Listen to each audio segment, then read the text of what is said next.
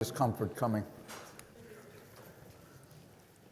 So, by way of explanation,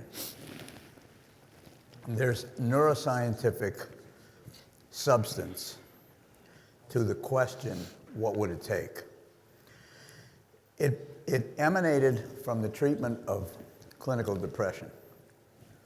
And in a state of clinical depression, the ego takes over, and the person who is experiencing the depression cannot see any light.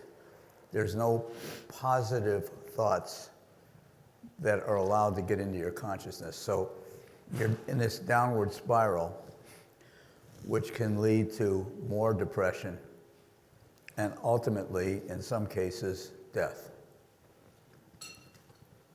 Meditation is one of the most effective treatments until psychedelics came along, but meditation is used extensively in the treatment of depression. And when you're in a meditative state, you free your mind. And when you free your mind, positive thoughts can creep in. And then you can begin the upward transition to an eventual cure, at least temporarily. The corollary and the correlation between meditation and asking a what would it take question is, in a normal ego, our egos are responsible for controlling our self-image, our identity, our self-confidence. And so they have to keep monitoring and judging and critiquing everything we're saying and doing and thinking. When you ask what would it take, you've created a blank sheet of paper. Your ego doesn't have a job. And when it doesn't have a job, you're free to imagine. So your creativity is unleashed. And you begin to think of things that you never would have thought of when you were being judged, either by others or by yourself. You're not self-judging either in that state. So you come up with all kinds of crazy ideas, most of which are crazy ideas. But some of those are nuggets of opportunity, things that you would not have thought of or imagined were possible.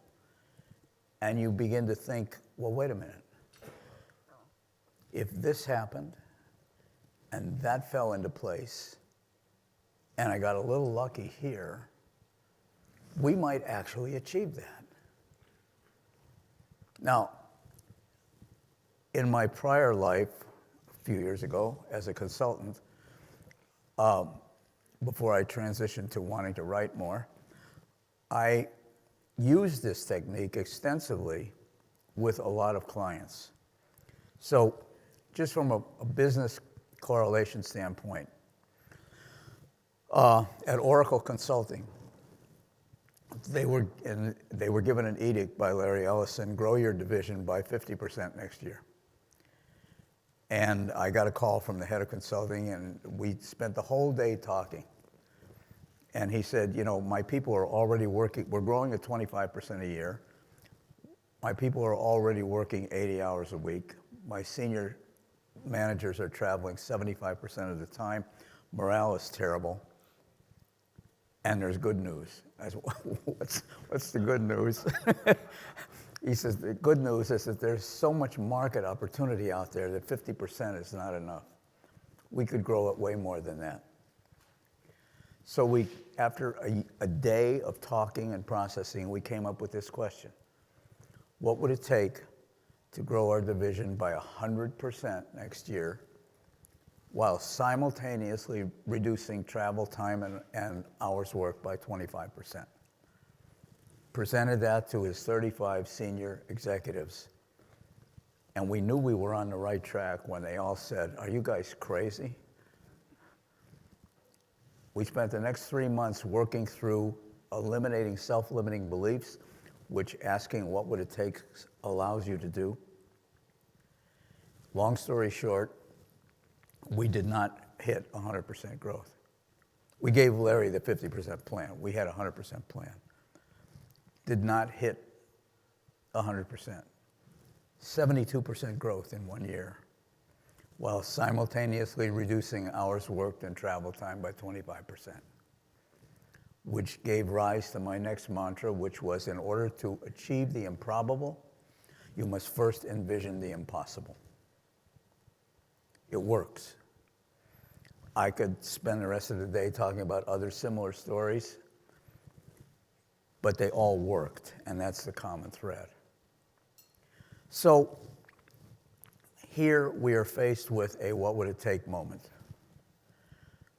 What would it take to make the critical mass of organizations that we deal with, small businesses, smaller businesses, individuals, what would it take to make that group of people adopt reasonable security because they want to? Not through regulation, not through fear, not through risk assessment, because they want to. And that is the question on the table. Take it away, guys. Sure. Well, gee, that's an easy question. Thank you. Right? Yeah, questions are easy, answers are hard. Finding the right question is even harder. And that's part of what I like about the what would it take question, because, and even as you said it, when you said because they want to, I felt that. They want to. What did we just hear from the panel that was just up? And what have we heard throughout today? There's that whip that you got to do it. You got to do it. You got to do it. You got to do it. The law says you got to do it.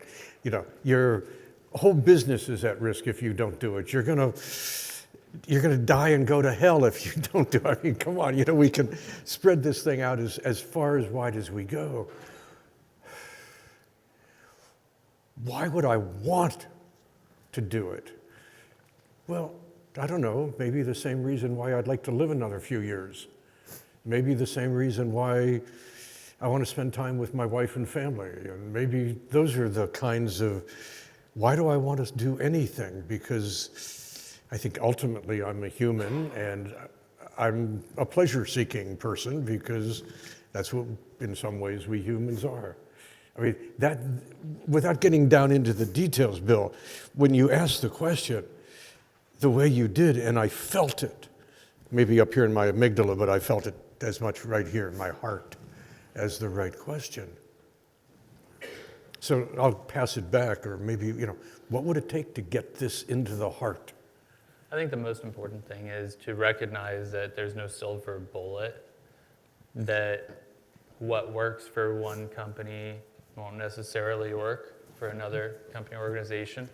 You know, you mentioned the word ego. In some cases, appealing to the ego of the business owner and in the right way might help, but in many cases it won't. We talked in the last panel about kind of the village approach where, you know, let's get more HR leadership to really care about this. Let's get more CFOs to care, especially, right? And then IT, that's its own thing. That's a huge thing. It's massive.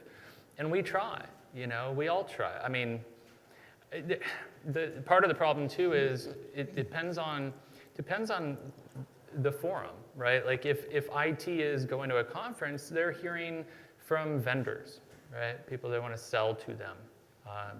I guess I'm one of those, right? So bringing thought leadership to it, things like this, right? Trying to put together events and educate. I know Stan, we've talked about doing things. Kim, we've talked about doing stuff where we can bring together our community of IT people and just try to educate around the stories that are out there, the real world stuff that they need to know about, and ultimately then understanding at least the fundamental principles of cybersecurity. They don't need to be the experts, but they need to understand fundamentally how to approach the issue. Well, a couple things. Bring some cybersecurity back in, some neuroscience, back into the conversation. Talk about a couple of different things. First of all, our primary brain wiring. There are two instinctive behaviors that are hardwired into every human brain. The avoidance of discomfort and the need for instant gratification. They have been with us for 300,000 years, since modern humans first appeared. They have not changed at all. Our brain structure has not changed, except that our prefrontal cortex is a little larger now than it was 300,000 years ago, which gives us the ability to deal with more complex issues and think in more complex terms. Other than that, we're operating with the brains of cave dwellers in the 21st century. The avoidance of discomfort is a major reason underlying so many decisions to not do something. Something that is unfamiliar, being with people that are unfamiliar, who don't think like us, look like us, talk like us, act like us. There's a fundamental resistance to that. It's tribal. And it's about trust. And the preservation of life, procreation. Survival of the species and procreation. Add to that the reality that we're all here for a purpose. What is that purpose? I call it our greater purpose. You know, it's the what, how, and why we do what we do. It's our inner culture. And when you discover that greater purpose, you can unleash the passion that goes along with fulfilling it. Now, question. How does that, well, wait a minute, one more variable. Recent studies have validated that the precise words we choose to use register in unique and special ways with the people to whom we're talking. So if I say kinda, sorta, or I say exactly, they have two very different meanings, even though I might be talking about the same thing. So taking these factors into account, the precise words matter. What would it take gives us an open, a blank slate. We like to avoid discomfort. We need to avoid discomfort. And we need instant gratification. And we can consciously override those two things. But it takes awareness and effort to do that. So I'd like to open it up and ask all of us to add their thoughts. What do you think are some of the things that might bring about this, the answer, beginning of the answer to this, what would it take to make businesses and individuals use cybersecurity because they want to? And stop shouting, don't all speak at once. What about if we started hacking them? If there's just hacking everywhere and there's ransomware everywhere, then they care, right? If everyone is probably not the direction you wanted to go, but surely someone has a better idea.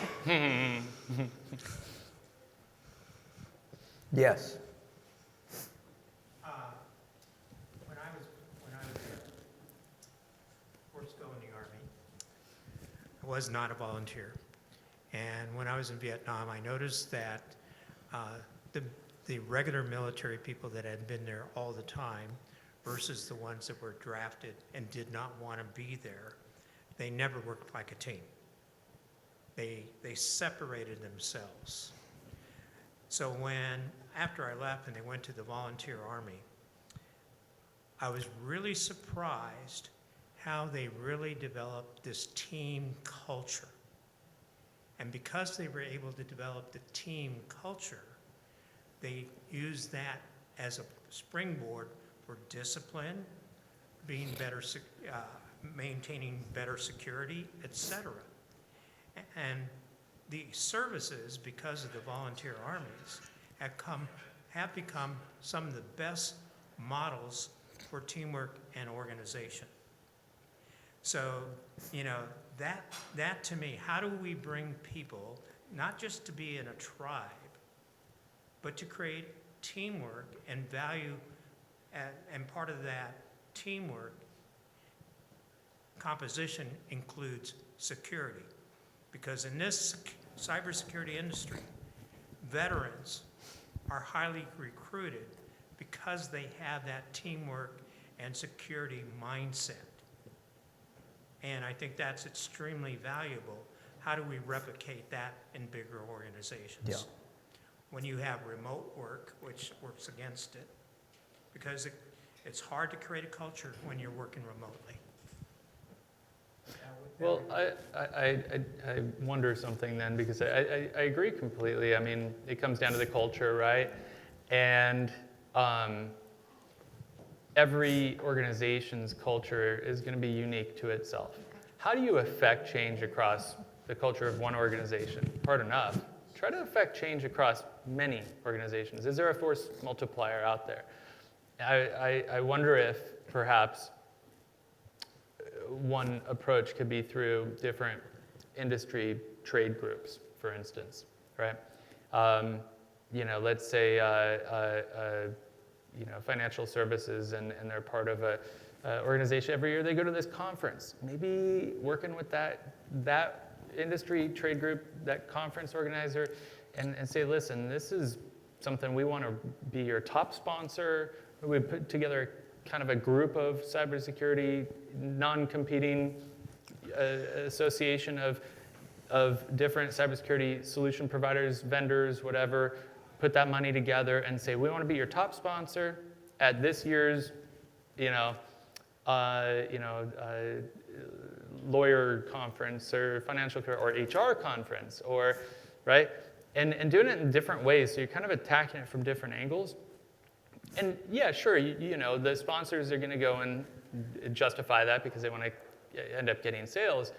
But as long as they're coming in with the right messaging and trying to get these people to go back to their offices with those nuggets that are going to plant those seeds, and I believe that might be a way to kind of cross-pollinate some of the culture in a way.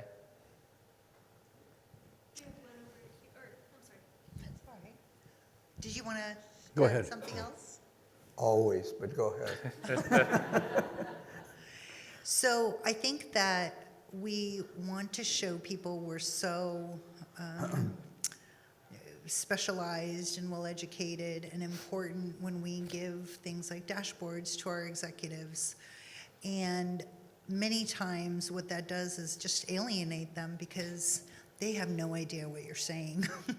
So one recommendation that's worked pretty well is create those dashboards that show the entire GRC flow of work, the entire governance cycle, and how well those controls are doing in your own operations once they've been appropriated in a way that isn't intimidating, overwhelming, confusing, just regular language, right? The technical aspect might be very, very detailed, but what is reported to them needs to be at a level that's just easy to consume. And really what they want to know about is, should I be worried about this? Right? So that could be risk-based, right? It could be however else that could be delivered to them, but in a way that's a little bit more palatable for them to understand, tends to work really well. And perhaps if there could be some sort of comparison to here's how you look, and here's how you look compared to your industry, or best in class, right? Now you're hitting ego. Now you're striking that nerve, and you can quantify that in a way, and I'm sure in certain ways. In fact, CIS does that for enterprise-level companies, where you can match your own performance using the Center for Internet Security Controls against your industry, and even be told, given your structure or your results, here's the things that you ought to go work on now. Here's where your weaknesses are, your highest priorities. But that's after the fact, where the owners are bought in, where, it's that recognition of, it's, part of the conversation. Boiling it down to, individual people, and tell me if this aligns with what you were saying. One of the things that I have found effective is to take the approach that you laid out, but show people, show individuals. So this is your job. You think you're an insignificant cog in a wheel? You're not. This is how important your job is to the overall mission, the overall purpose of the company. If you don't do this job brilliantly, this whole company could come apart. You are the linchpin that holds us together. And do that with every single position, because it's all true. If you look at how little things have big effects, one air conditioning maintenance employee took down Target. Really? That's not possible. Of course it's possible. It happened. So relating everybody's individual greater purpose to the greater purpose of the entity. I had an experience years ago with a company that was in the rotational molding business. Grungy business, making small specialized parts for major industries, the oil industry, airlines, and they were running a 50% reject rate on their production. They were about to go out of business. They were going to lose their Boeing contract. And I said, what kind of training do you do? They said, we don't have time to train. We're so far behind, we can't train. I said, okay, so what is this part? And I pulled it from their display case in the entry. And they said, well, that's a specialized oil container that's used in the oil industry. I said, stop. So in other words, the people who make this part are helping America become less dependent on foreign oil, right? And the guy said, what? Yeah, right. Yeah. I said, is it true or not? He said, yeah, I guess you could interpret it that way. I said, okay, great. When it's time to run that part, your briefing meeting in the morning is to tell everybody who's working on that part that they're making America less dependent on foreign oil. These are all semi-skilled, just above minimum wage workers, all Hispanic. And he said, why do I need to tell them that? I said, because when they go home at night, they have a greater need to feel dignified in front of their family than you do. He said, okay, we'll try it. They tried it. No training. Defects went from 50% to 20% in one day. One day. Now they had time to train. They turned it around, saved the Boeing contract, had a future. So, go ahead. How do we instill that in individuals? What would it take? And that goes right to every employee clicking that link that they shouldn't have clicked and opening up the company to a disaster. Exactly. What would it take? And it reminds me of a story. I'm going to tell a Bill story. Oh. Can I do that? Can I tell a story you told? It's not going to be interesting. Well, the way I tell it, it will be. The way I heard it from you. Okay, It was go dull. ahead, No, go ahead. You told me once the story that you're working for an automobile sales company, whatever, the sales team, and you happen to go into the restroom, and there was the person, the janitor, cleaning the restroom, and you came out and said to the salespeople, we got to get the janitor on the team. Why? Because our customers come in, they're going to go into the restroom. If they see a clean restroom, they're more likely to think highly of us, and we're more likely to sell a car through that. And they That's a really brought the boring guy. story. Can I tell it, please? You'll tell it better than me. Go ahead.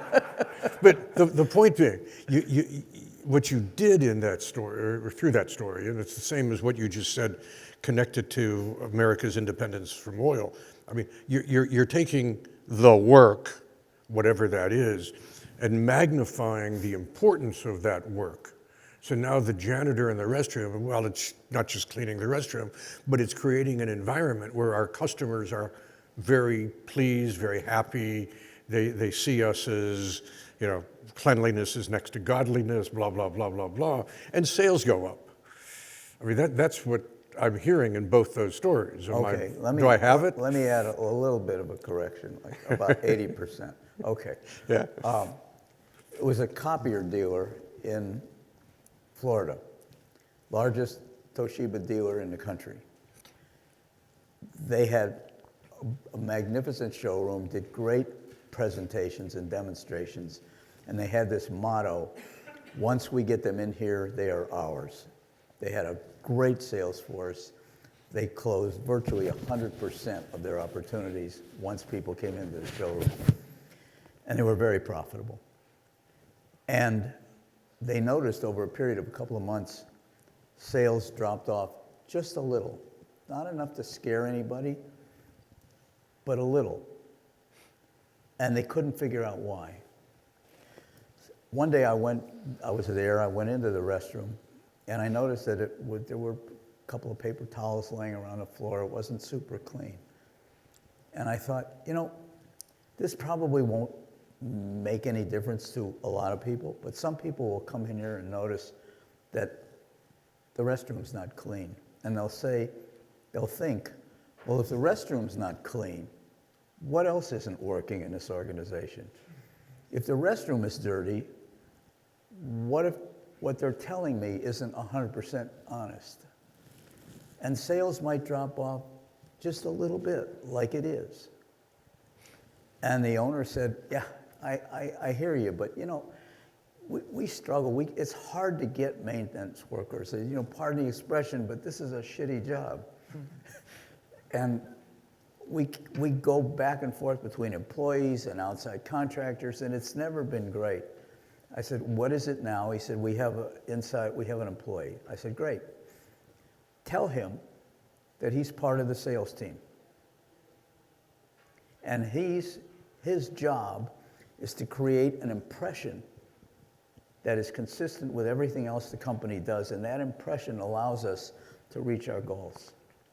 And make him part of the sales team, and put him in the bonus pool, so that at the end of the year, when people earn their performance bonuses, he gets a cut. He said, well, I've tried everything else, I'll try that. He did. Sales went back up. It worked. At the year-end bonus party, he was there. He got a check. His wife was there. The sales force took her out and bought her a dress to wear. He got the smallest bonus and was the proudest guy in the room. How do we replicate that? What would it take to replicate that? What would it take to instill the desire in the lowliest worker in the company?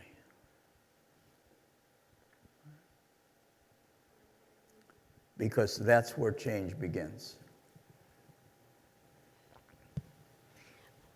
That's tremendous, Bill. I wonder, I think I actually have something. Right now, college is I feel like it's at a tipping point where so few people can realistically look at what, a four-year institution or some of the better colleges and make that investment work. And yet, someone could go to a couple of SANS trainings or a 2-year institution and learn what it would take to get into the workforce. And if we came in with a very strong value proposition, proof points, case studies, and maybe they already are out there and exist, and I know that the subject of the cyber workforce can be challenging. Like some people will say, there really isn't a problem because look at all these open jobs. And, who knows whether there maybe is one, but, and also this may lead into point number 2. Sabrina Carpenter. Does anyone know the music artist Sabrina Carpenter? She's hot in terms of visibility and influence unlike anything I've ever seen. And she was on TV. Our kids know her. So there is a massive influencer generation. They don't trust institutions. They don't trust school. They don't trust, hopefully they trust their parents, but,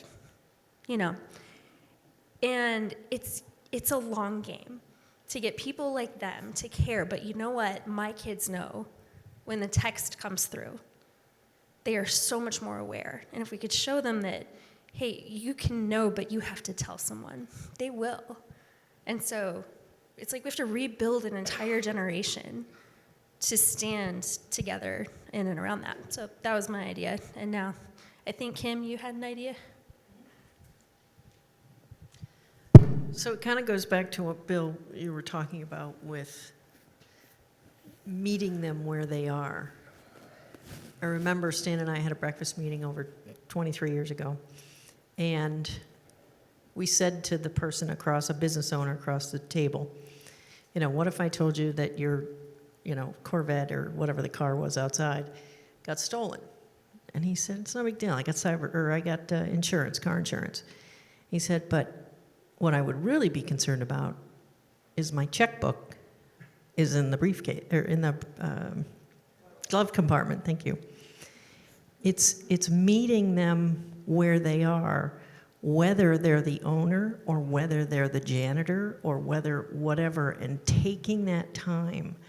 Because if we don't take that time, they're going to continue with, I think Bob said this morning, behavioral, right? They're going to keep doing the same thing. If we don't tell them we're watching and paying attention, not as a big brother, but if we don't take that time, I think, to tell them why and connect the dots between their actions and risk or their actions and consequences, we're not going to get to anybody. It's meeting them where they are, what's in your head. Why do you think that when you get that email and you just open it without thinking, why do you think that's safe? What are you doing? Clearly it has to come from the top, though. That leadership, which the last panel talked about. But getting inside their head and understanding what's important to them. And that's why security is so hard, because I always used to use the example, Stan's got locks and he's got the little security sticker in his front yard, right? And I have a deadbolt and a big black dog. And the risk that we look at our homes and what's in our homes is completely different from each one of us. Just like, to Bill's point, the way we think is completely different as well. One more neuroscientific little tidbit. We all crave relevance. Every human being wants to feel relevant. Unless you're suicidal. Anybody? No, and even some of them want to feel So, relevant. Making people relevant in how we explain the importance of what they're doing is a key ingredient to getting buy-in. And that's more true for the lowest paid, the lowest level, the lowest skill level in your organization. The need for relevance there is greater than the need for relevance at the top. Your work defines you. You can be proud of it. It's challenging. You have a great education. You put in your 80 hours a week. You've got the bonus to show for it. But the janitor is different. Most of the time he shows up because He's there to get enough money to pay the rent, feed his family, and whatever pleasure he gets out of life, he doesn't get at work. How do you get that person interested? Relevance. So perhaps maybe not just thinking in terms of, okay, CEO, now we're talking CFO, HR, and all that, but now we're talking the actual workforce, right? The actual employees, the users, and kind of taking that approach. But then, you know, what are some ways we can affect that change? And I think it comes down to, again, there's no silver bullet. It is it's the sum of all parts, right? It's the idea is we all need to do our part. But I think most of us in here are in positions of influence one way or another. We can all do our part, right? So maybe the question can be reframed into what can I do, right? In a way, I mean, that's what I would want to take away from it is what can I get out of today's event and go back and make some sort of improvement in this overarching issue. You know, not just at my company or my clients, but what can I do? What can each of us do? Because it's a real problem. And here we have cyber criminals. These are criminals that are stealing the money, the livelihoods of good, hardworking people that don't deserve to be hurt like that and devastated like they get. This is a serious issue. This is crime. The internet is the most dangerous neighborhood in the world, and every business is a house in that dangerous neighborhood. And a lot of them barely have a lock on a door, you know? And it's our jobs in some capacity, if we're here, I know each of us have a place of influence around how we can all get out there and I think we can all do better at that, being mindful of, let's not wait until they figure this out. Let's be part of that change somehow. And that reaches out to beyond the individual firm as well, the individual company. When you ask, what can I do? What can you ask yourself, what can you, Jason, do, and so on. Part of that, it would seem, is a necessary ingredient, or a helpful ingredient, let me put it that way, is if we can raise our voices to command the attention of, you mentioned the influencers, of the influencers, or of the legislators, or of the bankers, or of the attorneys who are not cybersecurity attorneys, privacy attorneys, the accountants and the auditors, et cetera, so that everybody is speaking this language. Everybody's looking, what can I do? Again, it's the way in World War II, everybody was engaged in, not everybody, but large parts of the world, of America, were engaged in, if they weren't in the military, they were protecting the homeland in some way, or contributing to keeping the factories going, or, again, relevance. I'm relevant to our winning the war because I'm doing what I'm doing. What would it take for people to feel part of my relevance as an American, as a human, is helping to win this war? So I just had this crazy thought. I mentioned you'll come up with all kinds of crazy ideas, most of which are crazy. Was that one of them? Is that what you were No, here's one of them. So the word influencer and I'm thinking TikTok for cybersecurity. For young people primarily, which is primarily who watches TikTok. What about a TikTok influencer doing a message about the fun and challenge and gamesmanship in cybersecurity?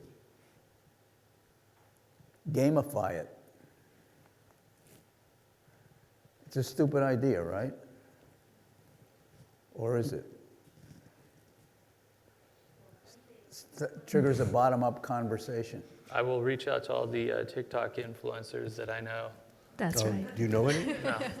Exactly. Okay, so to that point, and then I'll hand it briefly to Alexa, and then we need to wrap this panel. But no one in here is on TikTok, but they are there. Anyone in here? Prove me wrong. Yeah, see the hair. I knew it. Our kids Anyone are. else? Yes, they are. On Instagram, when you look up anybody, they're all over the place. We use them all the time to get to that age group, to influence them on food, credit, password, all that kind of stuff. They're everywhere. Yeah, And every day in our there's more and more. you're So- exactly right. So a low-level employee comes into the office and says, why aren't we using two-factor authentication? And their supervisor says, what the hell do you know about two-factor authentication? Oh yeah? Here's a link. You'll find out. And now you have a conversation. And at the next meeting, the supervisor says, you know, a couple of my crazy employees are talking about multi-factor authentication. What the hell is that about? Why don't we have it? When we put up something on Instagram and we use influencers, the right influencers, we pay them a little bit of money to get out there and Yes. put the message out, we'll gain 200 or 300 people following us. That's how hot it can be. Yeah. And you know what that would cost if we paid for it? 5, 10 grand. We have to use the voices they trust. 2,300. 2,300 buys you 200 people. It's not a lot of money. I can afford it as a nonprofit. Well, I'm going to throw something slightly different in there, like how is it the employer knows or how does the employee know? Has anyone ever tried out, and I'm thinking I could even do it with my company, before I take an interview with a new employee that I'm interested in maybe hiring, have them complete some cybersecurity training, have them do, and it instills in any prospective employee, cybersecurity is taken very seriously at this company. I think it just dawned on me as we were talking that we could really change the way we do things, and it goes back to that HR, DEI training, but there are things we could do where we do it from the get-go, before someone even comes in. They know that this company cares about cybersecurity, and maybe we could change the overall practice. Okay, one more. Yes, sir.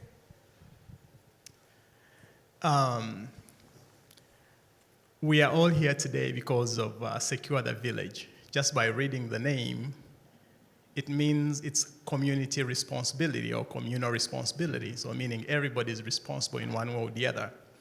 But the way I look at it, the competition between profitability and ethics may be very difficult for companies because most companies today chase making as much profit for their shareholders. When new technologies are introduced, I work with seniors, so I am going to speak from the perspective of seniors. When new technology is introduced, like, for example, AI, it's just thrown into the market without training the people who use it.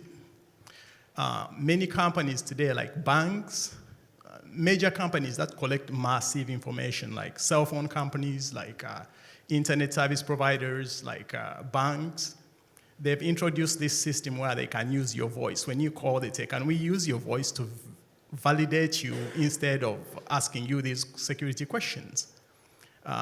Sometimes they go so low that even if you say no, they'll still record your voice to use it. But we all know that nowadays you can record someone's voice. I believe if you received some robocalls and nobody's answering on the other side, someone can record your voice and just use AI to have a conversation using your voice. Now, most seniors who are vulnerable, since it's SecureTheVillage, have had their voices recorded, and they could be used to authenticate their bank accounts or cell phones or whatever it is.